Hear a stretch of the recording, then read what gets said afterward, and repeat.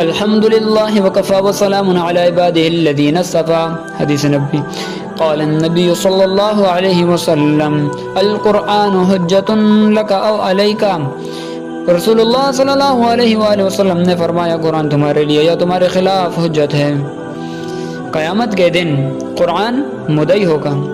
مطلب حدیث کا یہ ہوا کہ جو شخص قرآن کے حقوق ادا کرے تو قیامت کے دن قرآن اس کے لیے سفارش کرے گا اور اللہ تعالیٰ اس کی سفارش کو قبول فرمائیں گے. ایسے شخص کے لیے قرآن حجت اور دلیل بن جائے گا.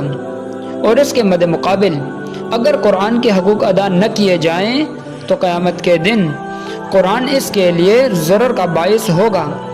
جیسے کہ ایک روایت میں آتا ہے کہ قرآن ایسا سفارشی ہے جس کی سفارش قبول کی جائے گی اور ایسا مدعی ہے جس کا دعویٰ تسلیم کیا جائے گا.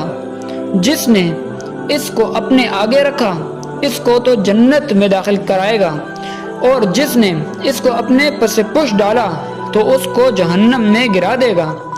نیز ایک دوسری روایت میں قرآن کے بارے میں آتا ہے یحاج العباد. قرآن بندوں سے جھگڑا کرے گا اپنے حقوق کے بارے میں جس طرح انسان آپس میں ایک دوسرے سے جھگڑتے ہیں. اس سے یہ بات معلوم ہوئی کہ صرف قرآن پڑھ لینا نجات کے لیے کافی نہیں بلکہ اس پر عمل کرنا بھی بے حد ضروری ہے.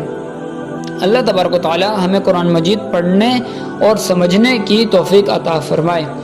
وآخر دعوانا ان الحمد للہ رب العالمین.